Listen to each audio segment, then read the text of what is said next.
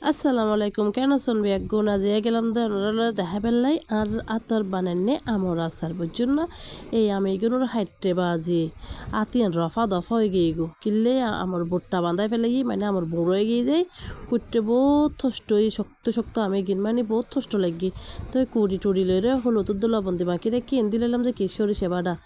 এগিন কি সরিষে দেখুন না এগিন সরিষে বাটা তারপর আছে যে দিয়ে এলো যে পেঁয়াজ শুদ্ধ রসুন বাড়া এগিন পেঁয়াজ রসুন আদা মানে কি বেগিন মিক্স করে ফেলাই পেঁয়াজ রসুন আদা লই সুন্দর করে বাড়ি লই তারপর আছে দি কাঁচামরিচ এগিন হলো যে কাঁচামরিচেরও একবারে ব্লান্ডারও চুরে ফেলাই এটা বোতল রসুন টসুন সহ দিয়ে একবারে ব্লান্ডারের মধ্যে আরে সুন্দর করে লই ফেলাই বেগিন রেডি করে আরে এখন যাইঙ্গু দিম ভাত দি বেলে বুঝছো না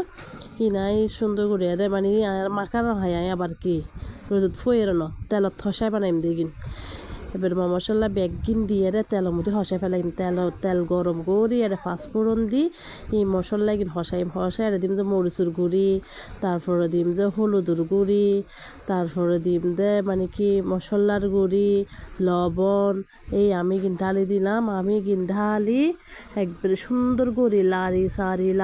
আবার কেন চিনি দিলাম চিনিকে আমি ভিডিও করতাম খেয়াল নো আসিল